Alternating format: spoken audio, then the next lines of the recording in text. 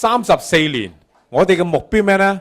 係唔止多34年，好唔好啊？咁樣諗嘢。35週年呢，我會盡全力睇下可唔可以邀請到白蘭特博士再嚟臨香港，好唔好啊？34年嘅今日呢，面對唔同嘅挑戰，好似啱啱簡博士都講，20幾代嘅不斷進步。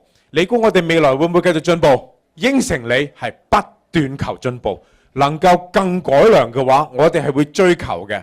因為咁嘅緣故 ，FFC 唔係屬於一啲最初級平嘢。唔好意思各位，我哋當年啊用一隻成分，普通嘅50蚊一公斤，我哋用嘅係16000蚊美金一公斤，有冇分別各位？咁所以各位，我哋會繼續堅持俾到最好嘅大家，因為聽住啊，你哋用嘅嘢就係我同埋我屋企人每日都食用緊嘅，好唔好啊各位？繼續堅持多34年好嗎？